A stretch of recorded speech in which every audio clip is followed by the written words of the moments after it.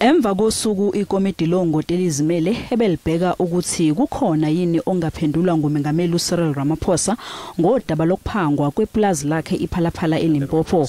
Likhiphe umbiko walo othi kunecala elingaphendulwa ngumengameli okukhona kulo elokwephula isifungo sehhovisi lakhe njengomengameli. Umengameli ke ube esethatha isinqumo sokukhuluma nezwe izolo.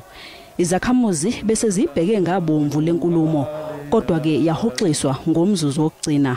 Kukholakala ukuthi umengameli ubesekulungele ukwehla esikhundleni.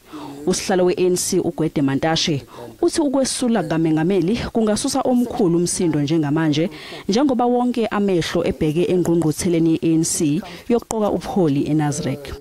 Actually that would be chaotic. Let me be open with you. Chaotic in the first place that the country will be leaderless.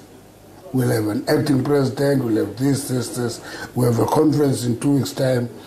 And to me, that is chaos. And my own view is that we need to maintain stability. Let's go to conference, elect a leader of the ANC, and see what happens beyond that point.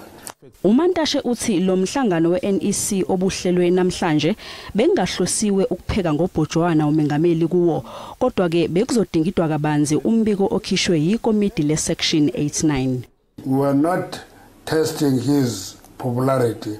We are testing the report, we are testing the views of the NEC because we have consistently said this Phala issue is investigated by various institutions.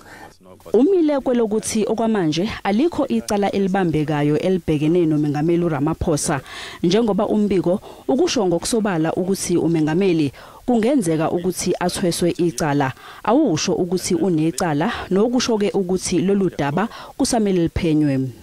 There is no adverse finding now. That's why that report is written very carefully. May have.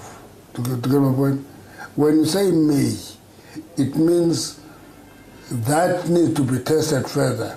Ugcine uhlehlisiwe ke umhlangano okhethekile wesigungu seANC obekufanele ube eNasrec eGoli kanti usuzohlala ngesonto.